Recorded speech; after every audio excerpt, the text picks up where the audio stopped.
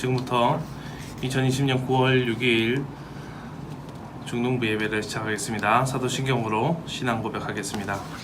전능하사 천지를 만드신 하나님 아버지를 내가 믿사오며 그 외아들 우리 주 예수 그리스도를 믿사오니 이는 성령으로 잉태하사 동정녀 마리아에게 나시고 본디오 빌라도에게 고난을 받으사 십자가에 못 박혀 죽으시고 장사한 지 사흘 만에 죽은 자 가운데서 다시 살아나시며 하늘에 오르사 전능하신 하나님 우편에 앉아 계시다가 저리로서 산자와 죽은 자를 심판하러 오시리라.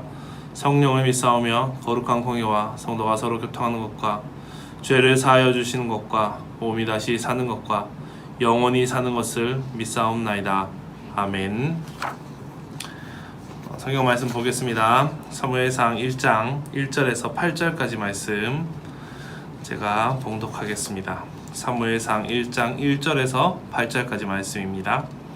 에브라임 산지 라마다임 소빔에 에브라임 사람 엘가나라 하는 사람이 있었으니 그는 여로함의 아들이요 엘리후의 손자요 도후의 증손이요 숲의 현손이더라. 그에게 두 아내가 있었으니 한 사람의 이름은 한나요 한 사람의 이름은 브닌나라. 브닌나에게는 자식이 있고 한나에게는 자식이 없었더라. 이 사람이 매년 자기 성읍에서 나와서 실로에 올라가서 만군의 여호와께 예배하며 제사를 드렸는데 엘리의 두 아들 홈니와 비느하스가 여호와의 제사장으로 거기에 있었더라. 엘가나가 제사를 드리는 날에는 제물의 분깃을 그의 아내 브닌나와 그의 모든 자녀에게 주고 한나에게는 갑절을 주니 이는 그를 사랑함이라. 그러나 여호와께서 그에게 임신하지 못하게 하시니 여호와께서 그에게 임신하지 못하게 하심으로 그의 적수인 브닌나가 그를 심히 격분하게 하여 괴롭게 하더라. 매년 한나가 여호와의 집에 올라갈 때마다 남편이 그같이 하매 브닌나가 그를 격분시키므로 그가 울고 먹지 아니하니 그의 남편 엘가나가 그에게 이르되 한나여 어찌하여 울며 어찌하여 먹지 아니하며 어찌하여 그대의 마음이 슬프냐 내가 그대에게 10 아들보다 낫지 아니하냐 하니라. 잘 지냈습니까? 오늘도 주님의 은혜 가운데 살아가는 하루가 되기를 소망합니다. 룻기에 이어서 사무엘상에 대한 말씀을 전하려고 합니다. 사무엘상은 사사시대 말기의 이야기에서 시작을 합니다.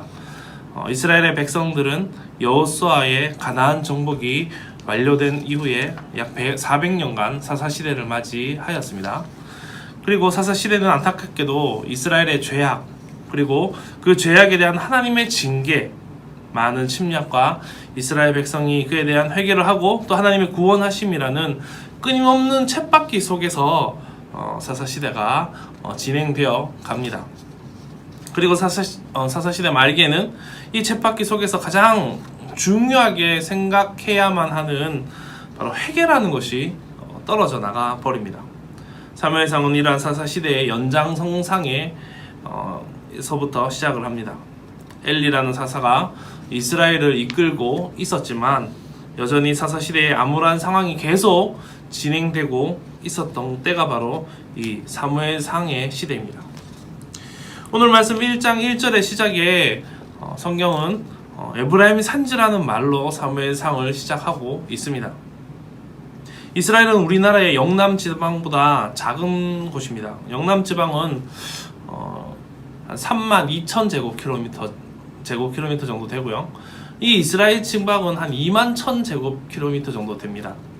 그런데 지금은 빼앗겼지만 루벤 지파나 갓 지파, 므낫세 반 지파의 땅이 이제 요단 동편 땅까지 다 합쳐야 이제 영남 지방과 비빌 정도가 되는 그런 땅이 바로 이 이스라엘 땅이었습니다. 그런데 그 중에서 에브라임 산지는 에브라임 지파가 소유한 지역 중에 한 곳이었습니다.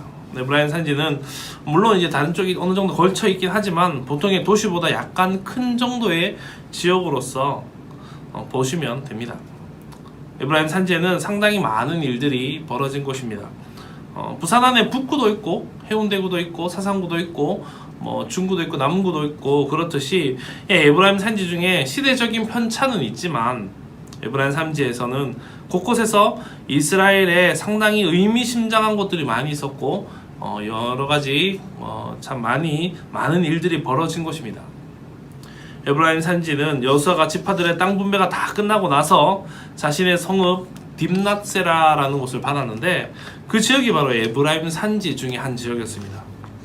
그리고 여호수아 21장 말씀에 보면 그 세겜을 도피성으로 지정을 했었는데요.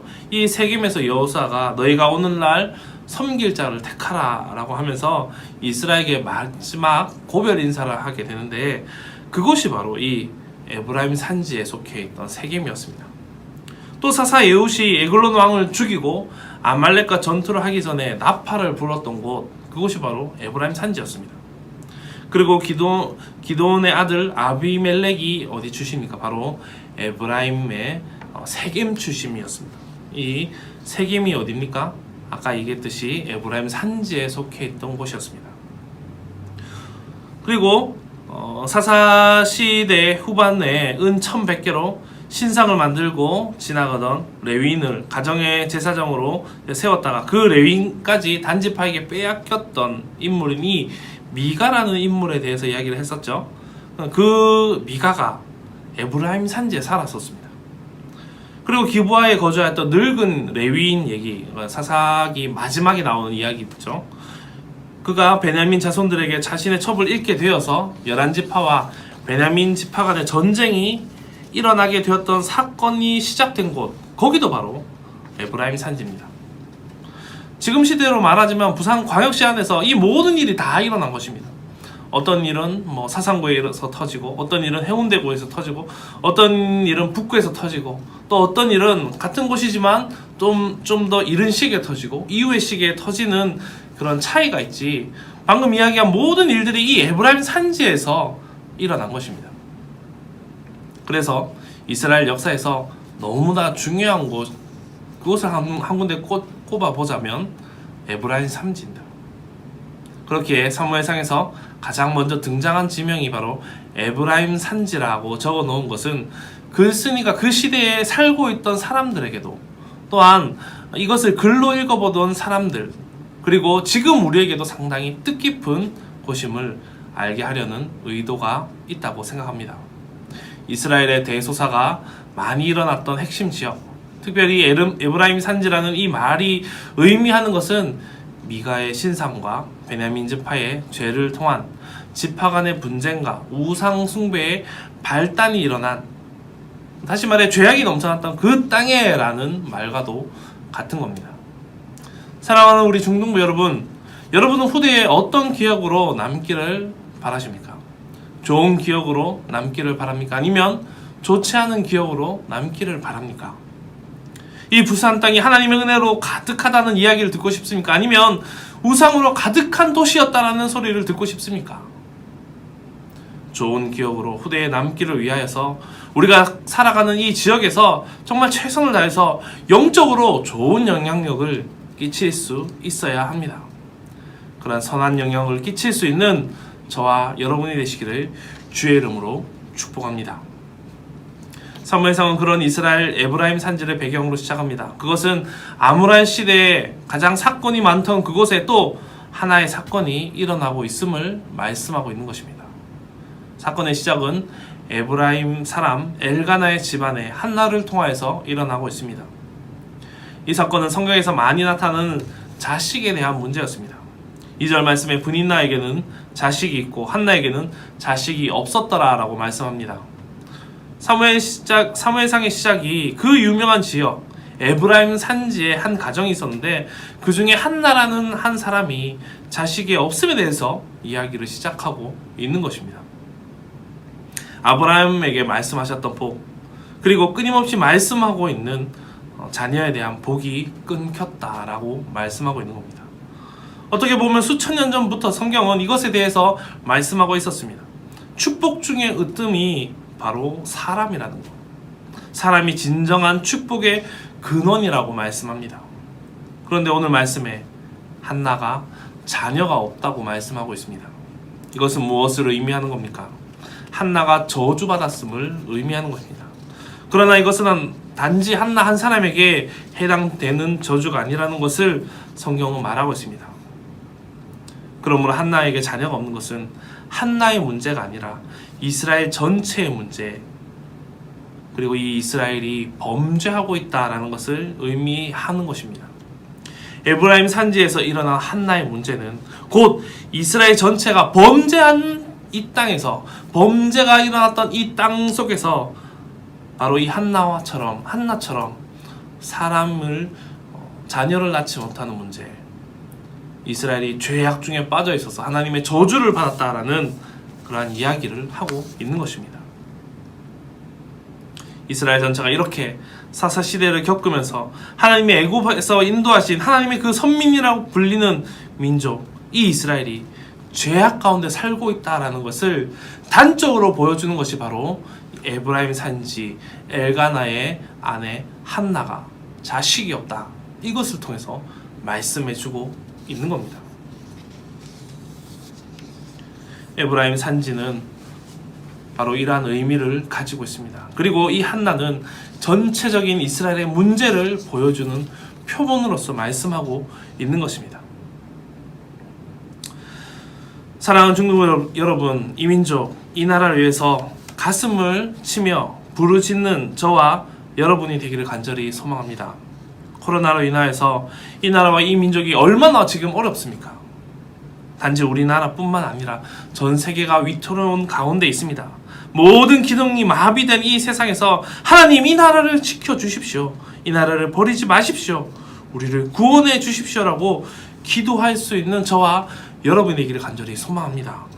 우리가 기도할 때에 우리의 눈물을 통하여서 죄악이 가득한 이 에브라임 산지를 변화시키는 하나님의 역사가 바로 이 땅에, 우리나라에, 바로 여러분의 가정에 일어나기를 믿으시길 간절히 축복합니다. 시대가 암울하긴 하지만 하나님께서는 완전히 이스라엘을 떠나지는 않으셨습니다. 하나님은 그들을 버리지 않으셨습니다. 아직 우리에게는 기도라는 희망이 있으며 하나님께서 그런 자녀를 사랑하신다라는 것을 하나님은 오늘 말씀을 통해서 보여주십니다. 4절과 5절 말씀에 보면 이렇게 이야기합니다. 엘가나가 제사를 드리는 날에는 제물의 분깃을 그의 아내 브닌나와 그의 모든 자녀에게 주고 한나에게는 갑절을 주니 이는 그를 사랑함이라. 그러나 여호와께서 그에게 임신하지 못하게 하시니. 4절과 5절의 말씀을 보면 모든 이들이 저주받았다고 손가락질 받을 만한 이 한나가 남편인 엘가나의 사랑을 독차지하고 있음을 볼 수가 있습니다. 이것은 마치 이스라엘의 처지와 똑같습니다. 사사시대 이후에 이스라엘은 끊임없이 이방인의 침략을 받았습니다. 그들이 침략당하고 이방인의 종으로 산 이유는 하나님의 말씀대로 그들이 살아가지 않았기 때문입니다. 그들이 잘못되고 하나님을 떠나 죄를 지어서 이방인을 통하여 징계를 받을 때 하나님은 사사를 보내주셔서 꾸준히 그들을 구원하여 주시지만 그들은 매번 다시 하나님을 떠났습니다. 그런 이스라엘을 주님은 주변에 많은 이방 국가들, 힘세고 강한 민족이 있음에도 불구하고 유독 이스라엘을 사랑하시는 하나님, 징계를 받고 있지만 그러한 징계와 상관없이 이스라엘을 사랑하시는 그 하나님의 놀라우신 그 사랑을 이방인을 통하여서 징계하시지만 또 이스라엘을 사랑하셔서 자신의 막대기, 자신의 회초리로 사용한 그 이방인을 물리쳐 주시는 하나님을 또한 볼 수가 있습니다. 사랑하는 중국부 여러분, 우리는 엘가나의 사랑을 받는 한나와도 같이 하나님의 사랑을 받고 있음을 믿으시기 바랍니다. 우리가 아무리 멀리 떠나가고 죄악을 짓고 범죄한 자손으로서 살아간다 할지라도 주님은 우리를 잊지 않으시고 한없는 사랑을 우리에게 보여주는 분이십니다. 그 사랑에 감사하며 주님을 의지할 수 있는 저와 여러분이 되기를 소망합니다. 6절 말씀에 보면 여호와께서 그에게 임신하지 못하게 하심으로 그의 적수인 브닌나가 그를 심히 격분하게 하여 괴롭게 하더라 라고 말씀합니다. 성경은 한나가 임신하지 못하는 것이 하나님께서 못하게 하셨다라고 말씀하고 있습니다. 모든 일이 하나님의 뜻 가운데서 이루어지고 있음을 성경은 우리에게 말씀해 주는 겁니다. 여러 가지 어려움이 우리에게 닥칩니다. 그러나 그 모든 어려움은 모두 하나님의 손안에 달려 있습니다. 그렇게 우리는 우리의 뜻대로 되지 않는다고 해서 실망하거나 낙심하지 말아야 할 것입니다. 오늘 본문의 이후에 나타나는 한나는 자신의 열정적인 기도를 통하여서 자신의 가진 고민, 즉 아들을 낳게 됩니다. 그리고 이런 우여곡절을 겪어서 탄생한 사무엘을 통해서 새로운 시대, 즉 왕정 시대를 열어가게 되었습니다. 지금 우리에게도 하나님은 이러한 계획을 갖고 계십니다. 사랑하는 여러분, 정말로 필요하고 바라는 것이 있다면 기도로 그것을 가질 수 있기를 소망합니다. 주님은 우리가 기도할 때 일하십니다. 우리를 도우십니다. 우리를 이끄십니다. 기도로 이 어려운 시대에 한 줄기 빛이 되어 살아갈 수 있는 한나와 같이 기도로서 새로운 시대를 열 수 있는 저와 여러분에게를 간절히 소망합니다. 말씀을 맺겠습니다.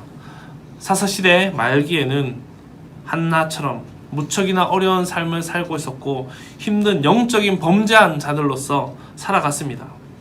아이를 낳지 못한 한나는 하나님께 저주받은 것과도 같은 손가락질과 업신여김을 받으며 살았습니다. 그가 받은 스트레스는 아마도 장난이 아니었을 것입니다. 하지만 여전히 남편은 그녀에게 한없는 사랑을 주었습니다. 사랑하는 중등부 여러분, 우리가 아무리 잘못을 저지르고 하나님께로부터 멀리 도망간다고 할지라도 한나의 남편처럼 하나님은 우리를 여전히 사랑하십니다. 우리를 지켜보고 계시고 우리를 위해서 일하고 계십니다. 하나님의 그 사랑을 잘 알아서 우리가 고난 가운데서도 하나님을 끝까지 의지하고 하나님만을 바라면서 살아갈 수 있는 저와 여러분에게를 주의 이름으로 축복합니다. 기도하겠습니다.